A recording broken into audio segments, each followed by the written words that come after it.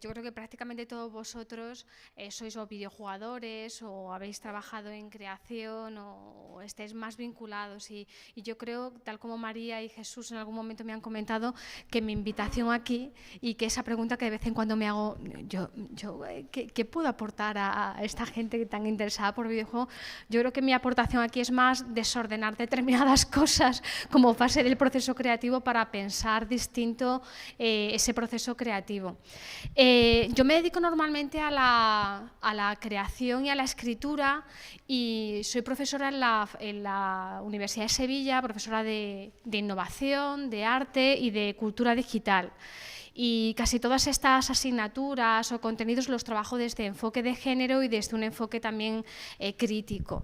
De hecho, he traído dos libros, uno de ellos que le prometí a Luca, que está por aquí, Un cuarto propio conectado, donde están algunas de las ideas que voy a compartir con vosotros, están plasmadas en este que es mi penúltimo ensayo, y Hadas, que es para María, porque sé que está trabajando también con enfoque de género. Hadas, mujeres que crean, programan, prosumen, teclean, que es un ensayo, mi ensayo más reciente sobre las relaciones del género con la tecnología, desde los niveles más vinculados a la programación con los niveles más relacionados con la creación. He titulado esta pequeña charla los videojuegos en los imaginarios. Quiero hablaros un poquito de imaginarios, porque la aportación que puedo hacer a los distintos grupos, la modesta aportación que puedo hacer es sobre todo a temas de contenido, de enfoque y de todo aquello que no tiene que ver con lo que seguramente más os interesará, que es plasmarlo en un artefacto concreto, ¿no? Pero en el fondo creo que es también una aportación valiosa, porque cuando nos preguntamos por los videojuegos que hay, la pregunta que yo os lanzo es por los videojuegos que no hay, o los que no se hacen, los que no se han hecho, los que se pueden hacer, y en gran medida también los videojuegos que imaginamos en el futuro. Es verdad que todo esto, después llevado a la práctica, puede tener muchos inconvenientes y muchas lecturas críticas, pero la aportación que quiero hacer es de esa posibilidad de situar e imaginar esos videojuegos que no existen y esas figuras que tampoco existen cuando hablamos de los videojuegos. El subtítulo que os he puesto para la charla, los videojuegos en los imaginarios, formas creativas y formas de domesticación, está tomado de un filósofo que no sé si todos conocéis, que se llama Gilles Deleuze, que habla, cuando se refiere a elegir entre distintas técnicas, distintos recursos creativos, él insiste en que no se trata de elegir entre una u otra técnica, que la cuestión, cuando hablamos de creación, no está en esa elección. La elección está entre formas creativas y formas de domesticación. Y yo creo que en los videojuegos hay mucho de esto, porque la tendencia es a repetir lo que hemos visto, a citar, a apropiarnos. Alguna vez en las charlas tanto de Josué como de Luca hemos visto que la importancia que tiene para la creación basarnos en lo que ya hay, y yo aquí voy a insistir en esa idea de la copia y de la apropiación como una de los pasos de la creación, pero de la importancia de imaginar mundos distintos, no apoyados exclusivamente en lo que ya se ha hecho, para transformar imaginarios. Mi intención es compartir con vosotros estas tres ideas desarrolladas. En primer lugar, quiero hablaros de cómo los imaginarios operan hoy en día, cómo los videojuegos operan hoy en día como un poderoso agente de los imaginarios, y hablaremos de qué es esto de los imaginarios y por qué un taller o un espacio como PlayLab puede ser algo más que un espacio de experimentación, puede tener una pretensión crítica, política, más allá de pasar un rato divirtiéndonos. Quiero hablaros de algunos conceptos, de algunas funciones y poner algunos ejemplos.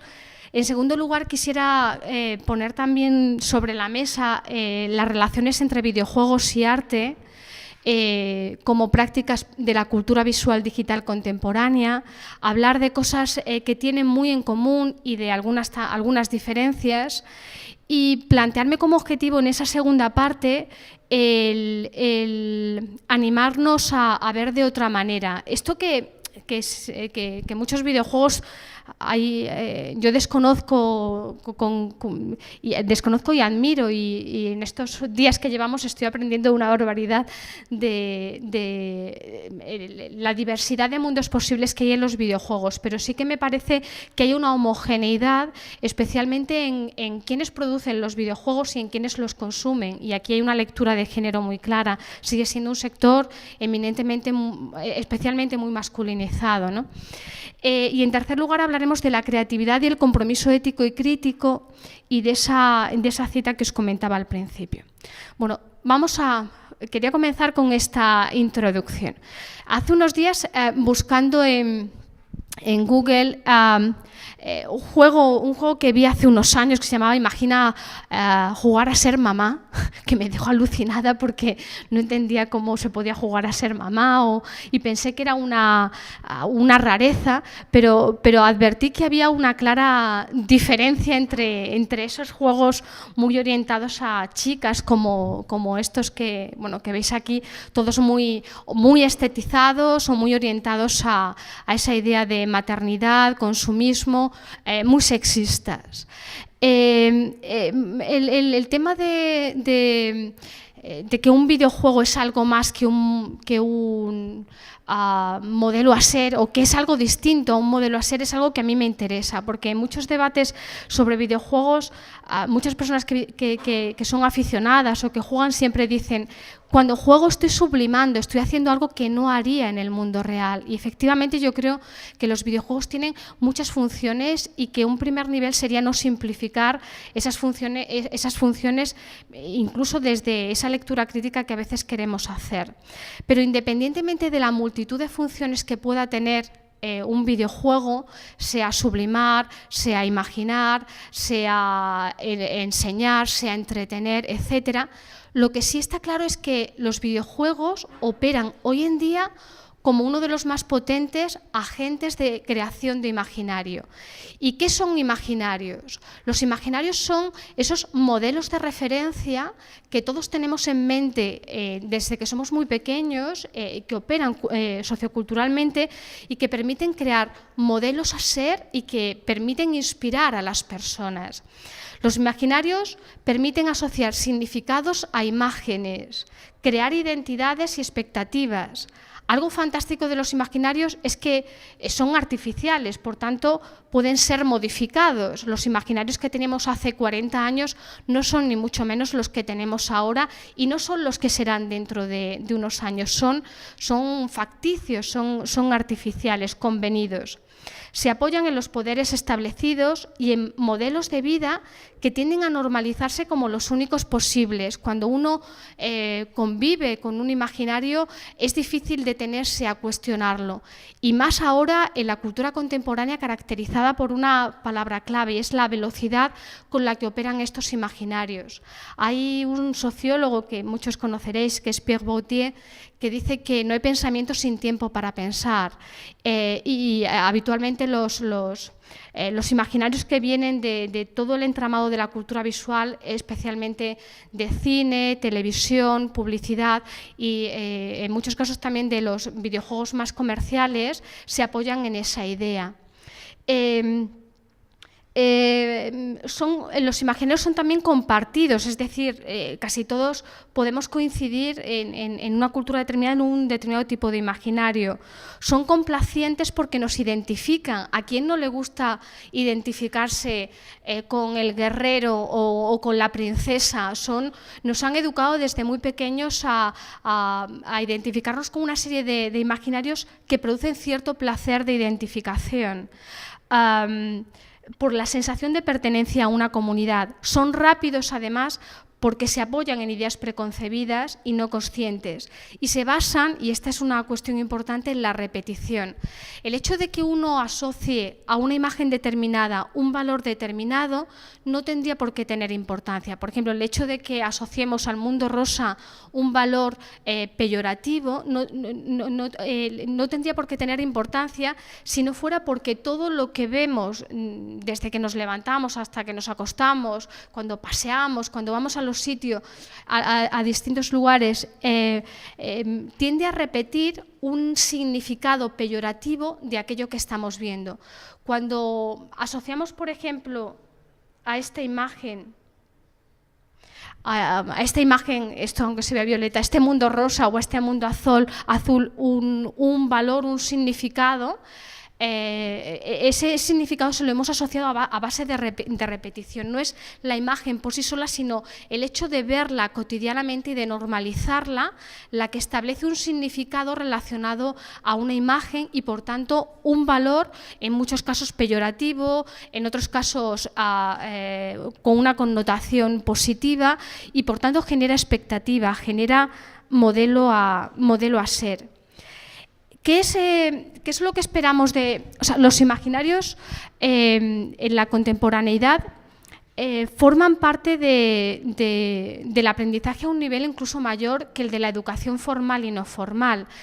Os he traído el cono de aprendizaje de Edgar Dale, en el que podéis ver que el 90% hacemos, el 70% de lo que decimos y el 50% de lo que oímos y vemos es lo que tendemos a aprender, lo que tendemos a memorizar y a recordar frente a lo que leemos, a lo que oímos o a lo que exclusivamente vemos.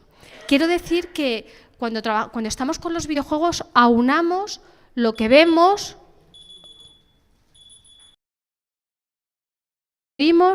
con lo que hacemos. Los videojuegos nos permiten esa interacción de forma que se convierten en un potencial agente de aprendizaje y de intervención en los imaginarios respecto a otros como pueden ser los libros o como pueden ser las imágenes. ¿Cómo se crean los imaginarios? Bueno, los imaginarios se crean de esa manera que comentábamos antes, pero especialmente muy apoyados en todos los contextos de cultura visual en los que nos movemos cotidianamente y a base de esa repetición. Y dentro de los imaginarios quisiera hacer especial referencia al género en los imaginarios, porque los imaginarios tienen especial importancia en la creación de identidades. Cuando hablamos de identidades hablamos de aquello con lo que una persona se identifica y aquello a lo que una persona quiere parecerse, con un modelo a ser. Y una de las primeras cosas que tienen que ver con la creación de esa identidad es el género, es identificarnos con distintos géneros. Hay conceptos clave para compartir estas ideas que os quería comentar, que son los siguientes. Cuando hablamos de identidad, de crear identidad, estamos refiriéndonos, siguiendo las palabras de Simone de Beauvoir, que a su vez se apoya en otros autores, identidad es aquello que la sociedad hace con nosotros, es decir, es aquello que nos propone como modelo. La identidad en función de una sociedad, de una cultura, de un contexto urbano, de una edad, de una generación, etc. Identidad como lo que la sociedad hace con nosotros frente a subjetividad, que sería lo que nosotros hacemos con lo que la sociedad hace con nosotros. Ese margen de intervención es al que nos referimos cuando estamos hablando tanto de educación o de emancipación. Es verdad que cuando hablamos de videojuegos no estamos hablando de educación. Un videojuego no tiene por qué ser educativo per se. Un videojuego tiene que responder a los objetivos que se plantean los creadores. Pero sí que hay un compromiso ético, o a mi modo de ver debiera haber un compromiso ético en todo videojuego por parte de quienes lo crean, para un compromiso que se pregunte por qué tipo de persona está promoviendo. Una persona que se haga preguntas, una persona emancipada o una persona domesticada. Una persona que reitere lo que ya se ha hecho, que reitere o que repita el mundo en el que se vive. Otros conceptos que os quería compartir serían estos: diferencia, desigualdad y producción y representación en relación al género. Diferencia y desigualdad, tal vez la imagen más clara sea esta. Cuando hablamos de que los videojuegos o que los imaginarios promueven la diferencia, cuando hablamos de la diferencia es positiva. Que haya diversidad es algo positivo. Que cada uno seamos distintos es algo positivo. Pero cuando una diferencia se convierte en una limitación de oportunidades para conseguir algo, o sea, cuando la diferencia limita las oportunidades, se convierte en desigualdad. Es decir, el hecho de que una niña vaya vestida de rosa o un niño vaya vestido de azul no tiene por qué ser negativo, es diferente, pero sí que conlleva desigualdad cuando hay una serie de asociaciones implícitas en determinados colores, en determinados juguetes, en determinados hábitos, etc. Hay muchas formas de modificar esto. Y el arte sabe mucho de cómo modificar esas asociaciones, bien generando modelos positivos. Por ejemplo, en el videojuego de Celia, si una opción interesante podría ser convertir el mundo rosa en algo positivo, o la opción por la que ella ha optado, ¿no?, que es hacer una crítica paródica a ese mundo que tendemos a ver normalizado, en el que nos hemos habituado a vivir, pero que conlleva una serie de connotaciones negativas para quienes lo viven, ¿no? O sea, el hecho de que ese mundo rosa vaya vinculado a objetos de consumo frente a ese otro mundo azul que va vinculado a objetos de producción, de cacharreo, de intervención, de cuestionamiento, sí que no nos habla solo de diferencias, sino que nos hablaría de desigualdad. Un ejemplo muy sencillito en un anuncio de Páginas Amarillas que encontré hace poco, en el que estos muñecos proponían, pues, para vender páginas amarillas, se dirigían a ejecutivos a punto de cambiar de coche cuando cogían el modelo masculino y secretaria contratada contratando viaje de negocios. Es el modelo masculino y femenino aparentemente de un mismo trabajo, pero sin embargo es una actividad totalmente distinta, una subordinación implícita que muchos ven naturalizada, pero que conforme si hiciéramos, digamos, una especie de diario de historia de nuestros días y fuéramos sumando la repetición de estos mensajes donde te van enseñando modelos posibles a ser, vemos como la eficacia de esos imaginarios se asienta en ese carácter casi implícito, silencioso, que vamos viendo en los distintos mensajes que nos lanza el mundo, ¿no? Diferencia, desigualdad, por tanto, sería una idea importante para hablar de construir imaginarios, y con los videojuegos se construyen imaginarios. Y otra sería, en relación a los imaginarios, ¿quién produce esos imaginarios? Es verdad que si hacemos una lectura de género, cada vez hay más mujeres en la producción audiovisual, y eso, bueno, Jesús y quienes están en el mundo audiovisual saben que son carreras cada vez más feminizadas. Pero cuando hablamos de programación, de crear, de construir el artefacto, de programar, de crear la máquina, vemos que las diferencias siguen siendo todavía no grandes, sino cada vez incluso mayores. Estos datos son recientes. En las carreras técnicas, el 70% de los ingenieros, de los ingenieros técnicos, etcétera, siguen siendo hombres frente al porcentaje todavía menor de mujeres, y pasa al contrario con carreras y trabajos muy feminizados. No debiera tener importancia si el mundo que vivimos, si el mundo del futuro no se construyera cada vez más en base a esa nueva ingeniería. Cada vez más habitamos en ese mundo tecnologizado y construido en base a programación, ¿no? Pero no solamente tenemos esos porcentajes, esos datos para ver el papel que pueden tener las mujeres en la producción de tecnología, en la programación, digámoslo así, sino que hay cuestiones mucho más sutiles, que son en el fondo las que van conformando los imaginarios y tienen que ver con esas cosas silenciosas que determinan, por ejemplo, cuestiones como estas que creo que alguno de vosotros os he comentado. Hace 3 años hicimos un proyecto de investigación e innovación en Bilbao, en la Facultad de Ingeniería de Deusto, y detectamos que cuando informática se llamaba licenciatura, había un 55% de mujeres. La administración le dio por cambiar el nombre sin cambiar los contenidos y sin cambiar al profesorado, o sea, no cambiaron absolutamente nada, simplemente el nombre, y solo el cambio de nombre desencadenó, o sea, de pasar de llamarse licenciatura en informática pasar a ingeniería en informática, desencadenó que al año siguiente hubiera un 38% de mujeres y a los 3 años un 13%. Claro, una palabra que desencadena un cambio así, a mi modo de ver, no es una palabra, cuando menos pues esto es un símbolo, es una palabra que tiene poder.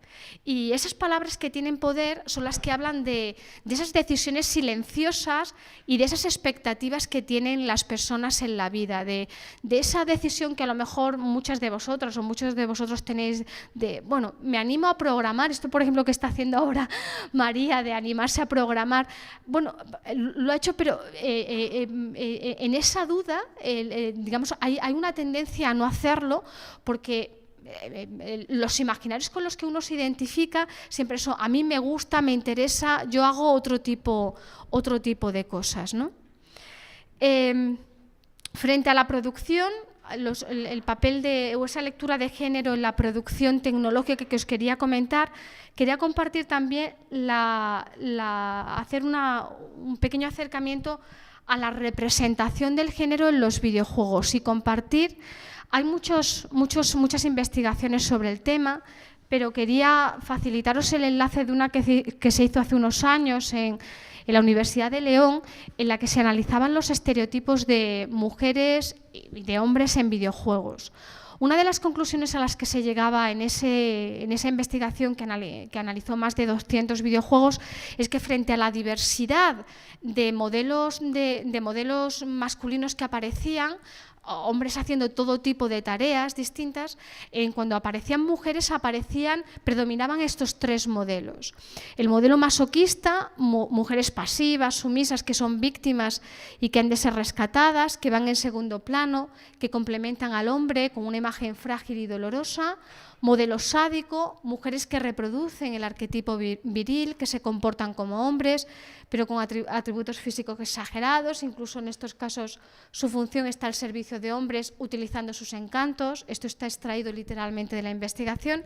Y modelo Barbie, mujeres consumistas, superficiales, decorativas, centradas en la imagen y en la apariencia, reproduciendo los estereotipos más tradicionales y que han protagonizado los denominados videojuegos rosas, que son la gran lacra de la industria del juego, del videojuego para las niñas en la actualidad.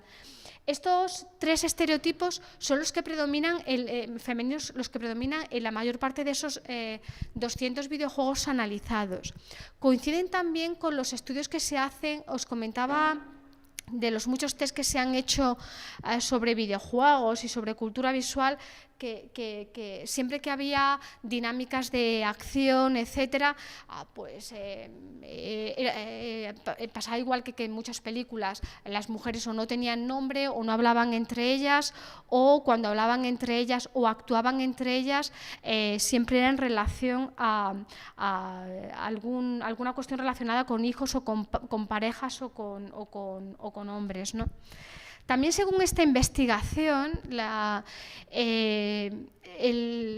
mayor parte de estos videojuegos se tendía a reforzar el maniqueísmo ideológico. El maniqueísmo alude a la diferencia en dos, a la diferencia entre buenos y malos. Esto que parte, yo creo que de la propia lógica dual de la programación, de hacer o no hacer, de quién es el amigo, quién es el enemigo. La propia lógica que hemos interiorizado a la hora de crear un videojuego o a la hora de crear un juego donde partimos de acciones sencillas que a veces tendemos a hacer más complejas.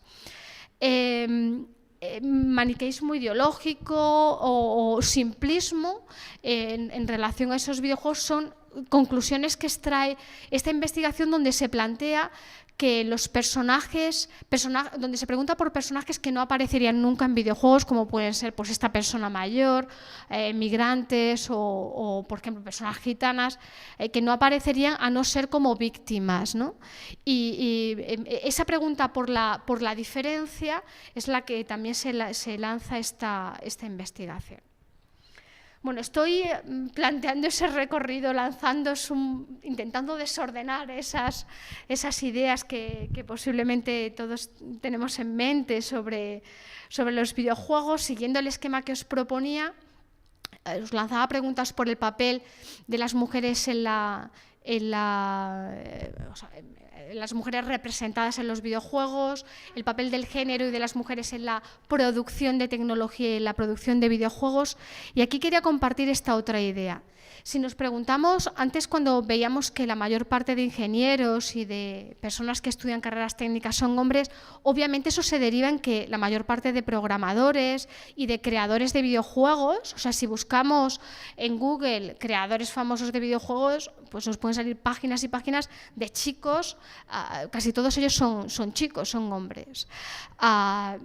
Yo quería recabar que pensáramos no ya en la uniformidad o la homogeneidad de que la mayoría son chicos, sino que hay algo similar con también las personas que están triunfando o que están teniendo poder en la industria tecnológica, y es que son hombres jóvenes que han convertido una afición en un trabajo. Y me detengo en estas tres características porque creo que la juventud es también algo importante, a diferencia de quienes tenían poder hace varias décadas, que era gente mayor.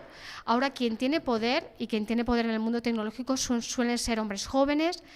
Y la idea de convertir afición en trabajo me parece crucial, y crucial para un contexto como este, porque estamos hablando de que ya no es la educación formal, es más lo que hacemos en nuestro tiempo libre, aquello a lo que nos aficionamos, aquello que nos motiva a dedicar nuestro tiempo de ocio, lo que va condicionando nuestra formación absolutamente libre a través de los canales que nos brinda una sociedad conectada.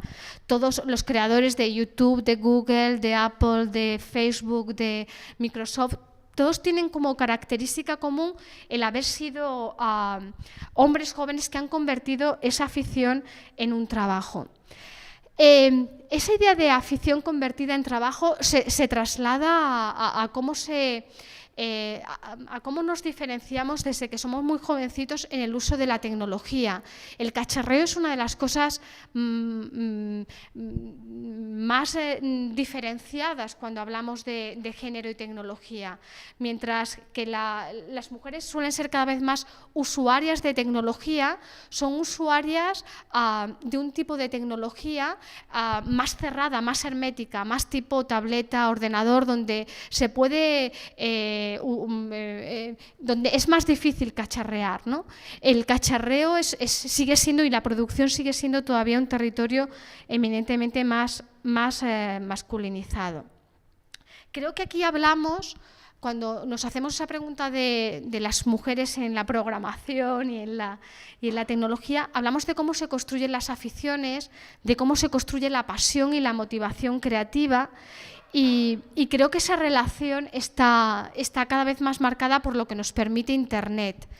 Internet ha hecho posible que eso que decía Roland Barthes hace varios años, varias décadas, de que la afición es aquello que compartimos con la persona que tenemos cerca. Cuando uno sabe escribir o dibujar, y somos pequeños, los padres enseñan, mira qué bien dibuja mi hijo, mira qué bien escribe mi hijo, mira qué imaginación tiene mi hijo, se lo enseña al vecino, al familiar.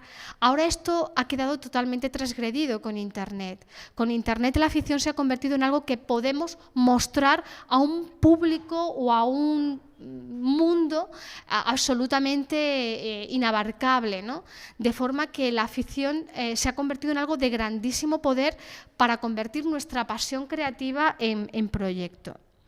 En esa línea, y hace 3 años hicimos este proyecto que os quería compartir, Gertecno Hobby, Gertecno Job, un proyecto de investigación e innovación que hicimos en la Facultad de Ingeniería de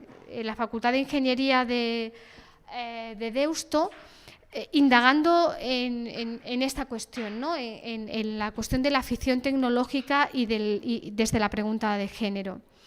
Dentro de los subapartados de este proyecto llamado Gertecno Hobby, Gertecno Job, trabajamos durante un año en uno que se llamaba Tecnoimaginarios, en el que la idea era intervenir en los imaginarios.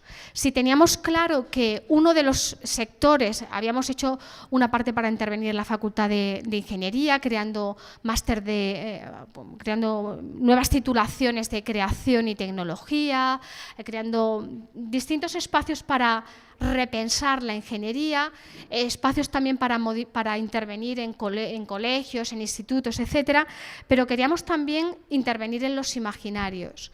En esa línea creamos 3, digamos, grandes relatos.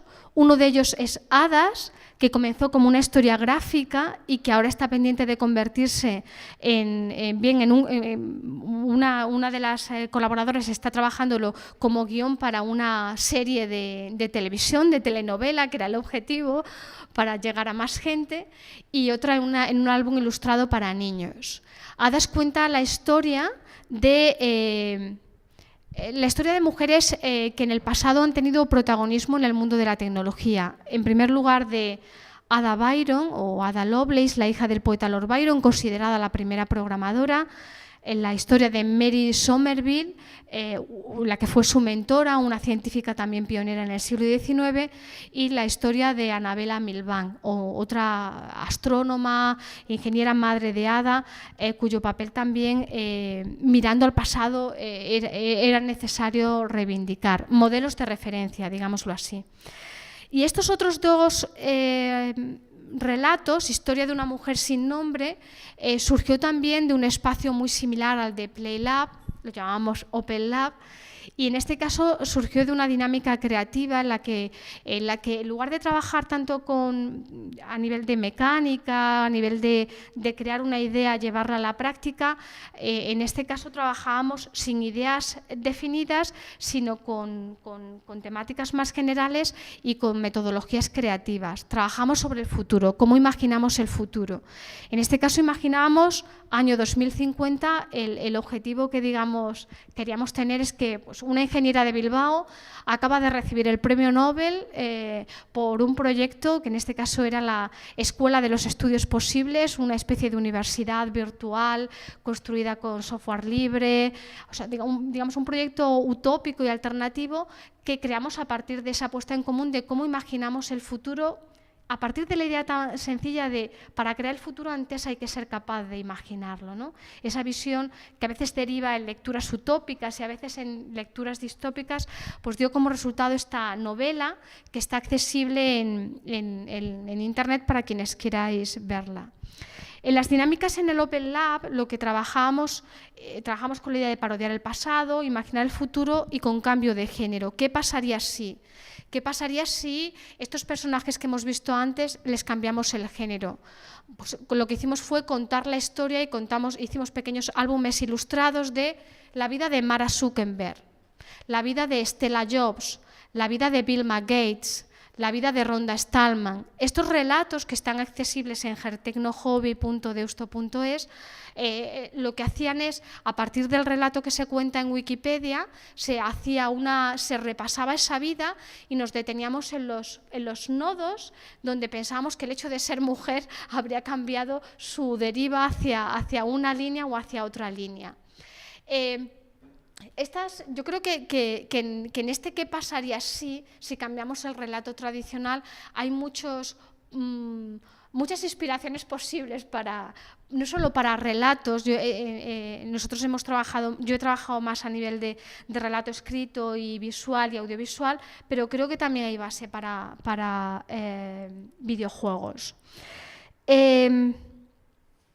Pienso que la característica de esta potencia que tiene para la creación, sea creación audiovisual, creación de videojuegos, esta potencia que tiene la cultura digital y la cultura amateur, esta posibilidad de convertir la afición en trabajo. Hay muchos autores que hablan de la potencia del prosumidor como esa nueva figura que no solo consume, sino que produce, ¿no? Yo creo que la figura del prosumer es una figura interesante porque es una figura, además, que tiende a estar muy feminizada en muchos casos, sobre todo por lo no remunerada, porque se apoya en gran medida en trabajos colaborativos. Pero me interesaba resaltarla porque habla de una dinámica de trabajo y de formación apoyada en el do it yourself, en el si te gusta algo, te apasiona, te interesa, hazlo tú mismo. Tienes los recursos, tienes las formas los programas para descargarlos, tienes el contexto de cultura libre para poder incluso ser coherente con una filosofía, y en ese contexto os quería situar algunos enlaces interesantes para ver cómo esto se lleva a la práctica, ¿no? Yo normalmente he trabajado en contextos formales en la universidad, pero casi todos los proyectos creativos que no son libros en los que he participado, que han sido algunos, han surgido de proyectos siempre periféricos como este de PlayLab. Y cuando surge la pregunta de cómo esa afición se lleva al proyecto, hay mucha pasión, mucha carrera de fondo, mucho, como nos comentaba ayer en la charla tan interesante que dio, ¿cómo se llamaba? Arturo, cuando hablaba de esa pasión que él tenía por la idea, de ese creer en esa idea, yo pienso que esa es la clave para materializar un proyecto. Y cuando viene la pregunta de, bueno, ¿y esto cómo lo financiamos o cómo vivimos de ello? Yo sí quería aportaros una serie de recursos que son los que yo más conozco y en los que creo que hay un cierto optimismo, porque normalmente pensamos que esto no se puede financiar o esto solo puede ir dirigido a la industria. Creo que Luca ya hizo algún apunte a muchas otras formas alternativas de financiación y quería comentarlas. Quería hablaros de convocatorias que hay en centros de arte que desde la última década no os podéis imaginar cómo han querido proliferar en este país centros de arte y tecnología que con la crisis se han quedado paralizados, pero que es muy probable que en los próximos años vuelvan a ponerse en funcionamiento. Esos centros híbridos de arte y tecnología, como puede ser el C4, que se abrirá pronto en Córdoba, o Etopía en Zaragoza, o multitud de centros más, tienen como propósito dar cabida a proyectos como los que estáis gestando aquí. Creo que es bueno que los tengáis ubicados para identificar, para ver convocatorias y enviar proyectos. Os pongo aquí Etopía Zaragoza, La Laboral Gijón, Reina Sofía, que tiene proyectos también orientados, proyectos donde no esperéis encontrar algo tan claro de convocatoria a videojuegos, sino que a veces son convocatorias de proyectos creativos o de proyectos de investigación, pero perfectamente un proyecto de videojuego como el que tenéis pueden marcarse, si tiene algún proyecto teórico detrás, pueden marcarse como un proyecto de investigación. Igual me criticáis mucho que es verdad que no todo es todo, es verdad que un videojuego es un videojuego, pero un videojuego muchas veces comienza como un proyecto también de indagación en la que el videojuego es la parte de un proyecto de investigación, sobre todo para quienes estéis en el mundo artístico, creo que os puede valer ese enfoque. Casa Encendida, que es Forum, Fundación Telefónica, Innoria en Málaga, que es un centro que acaban de abrir hace poco, orientado a fomentar también la innovación en el sector de la tecnología. Conexiones Improbables es un espacio que os recomiendo, es donde también se financió el proyecto Gertecno Hobby. Es un proyecto que surge en Bilbao, en el País Vasco, queriendo poner en conversación a empresas de distinto tipo con artistas e investigadores. conexionesimprobables.com. Normalmente operan tanto con empresas que tienen algún problema, como por ejemplo puede ser una empresa de electrodomésticos o una empresa de bollería, y necesitan un artista que dé otro enfoque, y algunas de las propuestas que han hecho en los años anteriores estos artistas han sido videojuegos o obra, o hacer algún tipo de performance. Digamos que los artistas las personas creativas en ese sentido tienen mucho que aportar. También os recomiendo estar atentos a las convocatorias de arte electrónico y que os suscribáis a Rhizome, que estéis al tanto de Ars Electrónica, de Mundos Digitales en La Coruña y de festivales de cultura digital, donde a menudo también hay convocatorias para producciones digitales y videojuegos. También es interesante, si uno quiere producir el trabajo, poder vincularse a proyectos de investigación que están activos en las universidades, para incluir el proyecto como parte de ese proyecto de investigación, o incluso buscar asesoramiento en servicios que hay dentro de muchas universidades que ayudan a crear empresas y a dar un soporte económico y administrativo al proyecto.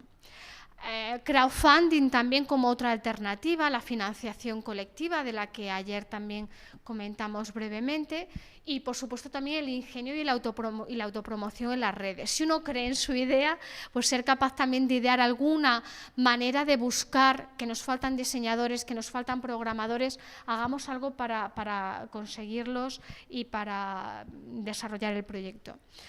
Ya para ir terminando, solo comentaros dos ideas.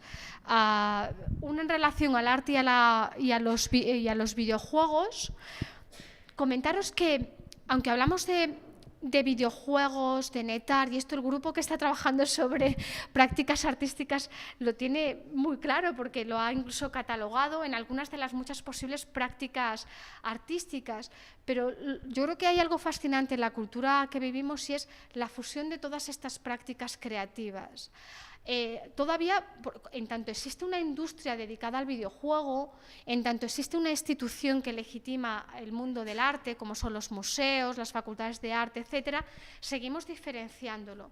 Pero cada vez más los productores y las personas creativas se enfrentan a la creación sin ese hándicap de voy a hacer un videojuego o voy a hacer una obra de NetArt. A veces sí, pero a veces se enfrentan como voy a hacer una obra creativa, y esta obra creativa me pide que aquí haya algo interactivo, o que esto sea un juego, o que esto sea... Y yo creo que es muy importante, para dar cabida a todos esos videojuegos o producciones que no existen, o que necesitamos para esos imaginarios que tenemos también que ser capaces de construir, es muy importante que nos enfrentemos sin el sello de estoy haciendo un videojuego, estoy haciendo una obra de NetArt. Posiblemente si lo hacéis porque tenéis esa motivación, o por un encargo, o porque estáis en un Playlab y el objetivo es este, ok, pero en gran medida, gran parte de las creaciones que resaltan en una época, y esto decía Marcel Duchamp, que el artista contemporáneo se caracteriza por construir la dificultad de su época, y creo que se construye la dificultad de su época cuando uno no atiende a un epígrafe de voy a hacer tal cosa, sino quiero hacer esto y después lo llamaremos como lo llamaremos, ¿no? Creo que la complejidad también de esa confluencia arte-videojuegos es que confluyen en un contexto online donde lo real está cada vez más fluido, más mezclado con lo simbólico y con lo imaginario. Tal vez, a mi modo de ver, el contexto de Second Life, que es un mundo virtual, red social, pero también concebido en parte como videojuego online, puede ser una muestra de lo que, a mi modo de ver, es algo que yo creo que en el futuro también puede operar como posibilidad creativa. Y es esa posibilidad de unir los distintos niveles de realidad imaginación y mundo simbólico. Esto que veis aquí es la entrevista a una persona real, que es una de las mujeres más ricas de Second Life, que se hizo rica creando casas para Second Life, algo absolutamente paradójico, porque ¿para qué quiere uno una casa en un mundo virtual? Pues la gente que entraba en Second Life y que se gastaba el dinero en este mundo virtual online quería casas. Y le hicieron una entrevista al avatar, ella estaba obviamente en su casa, pero estaba ahí el avatar, y aquí tenemos dos niveles de representación. La realidad de la mujer que se ha hecho rica, a la que están entrevistando, el simbólico de ese avatar que la representa, y también el imaginario de estar operando en un contexto de fantasía, donde en este caso las formas de intervenir también están presentes, están boicoteando la entrevista con una serie de imágenes de penes voladores en este caso y de fotografías de ella con casco, cuestionando que se haga rica en ese mundo virtual. Os comento esto como ejemplo de esa interferencia de niveles donde la realidad coincide cada vez más con esos mundos de ficción. Algunos ejemplos ya también para terminar de obras de Netar basadas en los videojuegos o que son videojuegos. Una de las más famosas de los años 90 fue el proyecto de Anne-Marie Schleiner, consistente en crear parches de videojuegos para modificar los estereotipos de los videojuegos más comerciales. Este en concreto fue un parche que creó el artista Robert Nidefer para cambiar la sexualidad de Lara Croft, convertirla hacerla, en este caso, travesti transexual. Y por tanto cuestionar también qué cambiaría, es como una especie de pregunta creativa, ¿no? ¿Qué pasaría si en lugar de ser pues, la clásica Lara Croft, pues cambiamos algo en la estética, ¿no? Le introducimos algún elemento que genere algún choque, alguna reflexión sobre él. La artista Petra Bargova lo que hace es introducirse ella misma en los videojuegos, introducir foto real, foto realista, entre las fotos más estereotipadas, más propias de los videojuegos, para generar esa pregunta sobre dónde estoy yo en los videojuegos. Natalie Bookchin lo que hace es hacer videojuegos online también, pues como en este caso como crítica a la industria tecnológica, y en este caso es una crítica a la industria biotecnológica, con este videojuego llamado Metapet, para quien...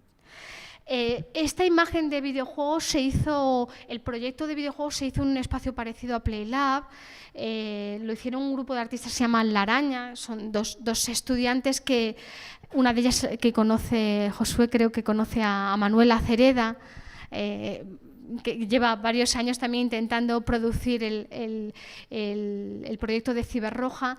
Ciberroja fue un proyecto en papel con una pequeña animación que ganó un par de premios, o sea que ha tenido su historial también de financiación incluso.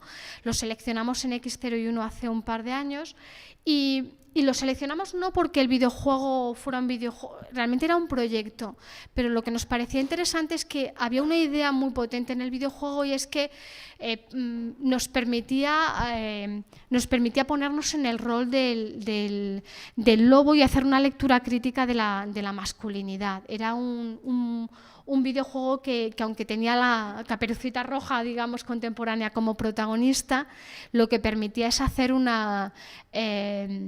ejercicio de empatía para revisitar los roles de masculinidad y feminidad sin sesgos preconcebidos. ¿Cuál es el lugar del arte en estos? Bueno, pues la práctica artística no pretende... Una obra artística no pretende ni entretener, ni tampoco desenmascarar una determinada verdad, sino más bien poner sobre la mesa las formas en las que las verdades en los imaginarios y en los mundos son administradas y producidas, es decir, generar algún tipo de reflexión y de pensamiento sobre sobre aquello que se está trabajando. ¿Y cuál es el objetivo que yo me planteaba en esta parte de la charla? Pues me gustaría animaros a que cuando hacemos un videojuego o cuando hacemos algún proyecto creativo, tengamos en cuenta no solamente la referencia de lo que ya hay, sino que intentemos también preguntarnos desde aquellos enfoques y miradas que no son las más habituales, ver de otra manera. Y para ello me quiero ayudar esta imagen viene de una obra de Netar. Si os fijáis en esta imagen, que junto a esta otra, y yo os pregunto qué tienen en común, bueno, las fotografías forman parte de una obra de Netar que tiene 97 imágenes, 97 fotografías, aparentemente de personas felices que se fotografían, ¿no? Bueno, pues las fotos están extraídas de una obra que se llama 97 empleadas, las protagonistas en esta foto es justamente lo que está al fondo, esa empleada del fondo, lo que está también al fondo, esa otra empleada del fondo, lo que aparece cortado, ese brazo que aparece aquí.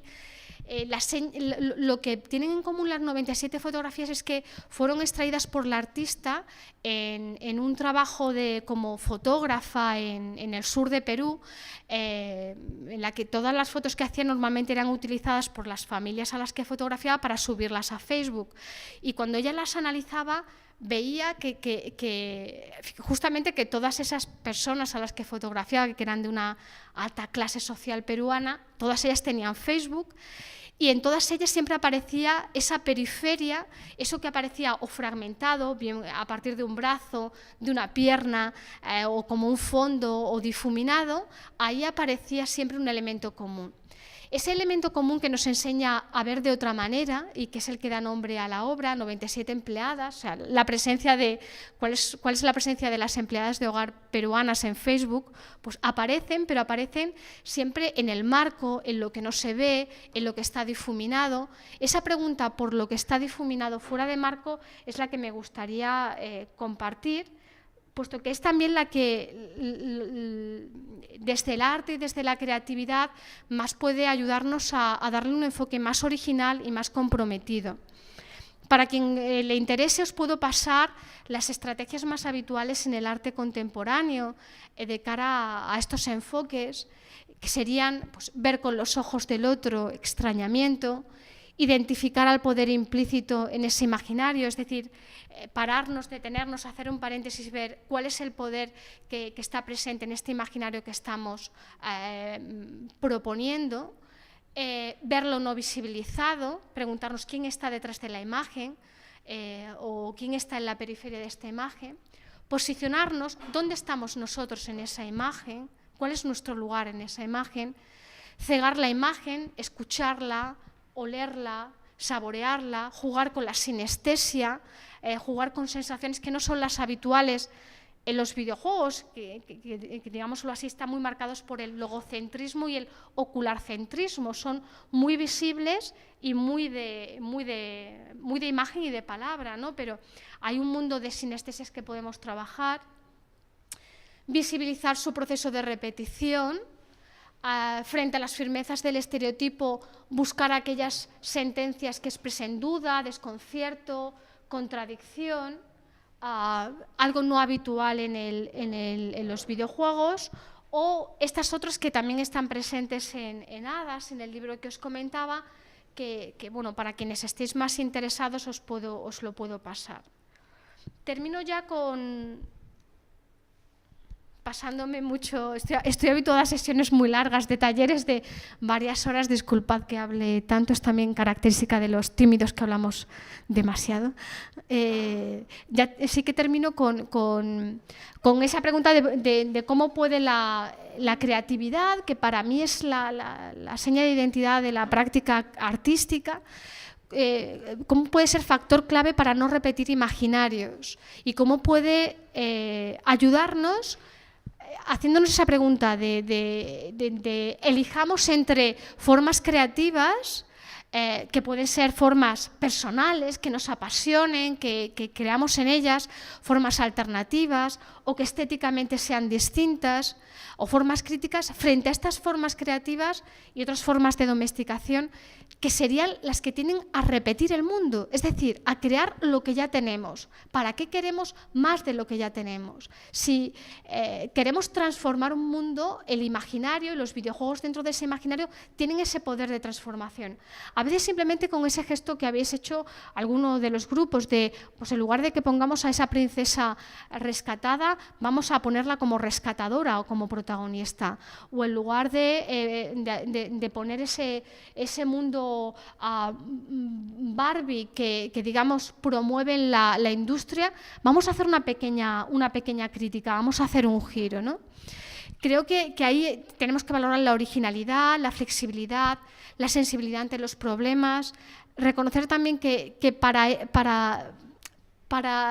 ese poder creativo necesitamos una gran capacidad de trabajo y profundización, capacidad para redefinir situaciones y problemas y enfrentarnos a ese proyecto con conciencia crítica y sobre todo con pasión y con gran motivación. Todo esto se puede hacer de una manera muy sencilla. Yo os hablaba en algunos días, la semana anterior, de las 3 Bs, la B de cama, bed, bus, autobús, bath, baño, la cuarta del bar, como lugares donde enriquecer ideas. Esto en creatividad lo solemos llamar alejamiento del problema o paréntesis creativo. El paréntesis creativo tiene que ver con el enriquecimiento de una idea no ya solamente a nivel estético, sino a nivel crítico y temático. Y a veces da la sensación de que estamos perdiendo el tiempo, pero es esto que decían muchos feministas, de para ganar el tiempo hay que saber perderlo. Y creo que a veces en proyectos como los que estamos haciendo nos marcamos objetivos, queremos llegar a esos objetivos, pero también tenemos que ser capaces de, si estamos haciendo algo muy similar a lo que ya se ha hecho y por lo tanto no tiene sentido perder el tiempo en hacer lo que ya se ha hecho, más sentido que el de experimentar, detengámonos y aprovechemos para replantear la situación, para verla de otra manera, para ver cómo podríamos reenfocar el tema. Este es mi correo electrónico por si os ha interesado alguna de las ideas que he planteado, queréis que os envíe información de alguna de las estrategias o de alguno de los proyectos. Y esta dirección de arriba, x01.net, es una dirección que os animo a visitar porque tenemos activa una convocatoria de proyectos creativos donde creo que la mayor parte de los videojuegos que estáis haciendo, sí, yo creo que muchos de ellos tienen cabida. 3 de ellos en principio sí tendrían cabida. El de las sombras, a no ser que le pongamos algún enfoque de género, en principio no, pero bueno, todo depende de cómo se formule. Es una convocatoria que financia con 400 euros los proyectos seleccionados que se presentarían en Sevilla el 22 y el 23 de enero. Si no se puede asistir a la presentación, se puede hacer una grabación en vídeo y estará accesible vía Skype para hacer una charla. Es una convocatoria a la que os animo a enviar el proyecto, solo tenéis que enviar el proyecto, no tenéis por qué tener la obra terminada y bueno, con eso termino. Muchas gracias.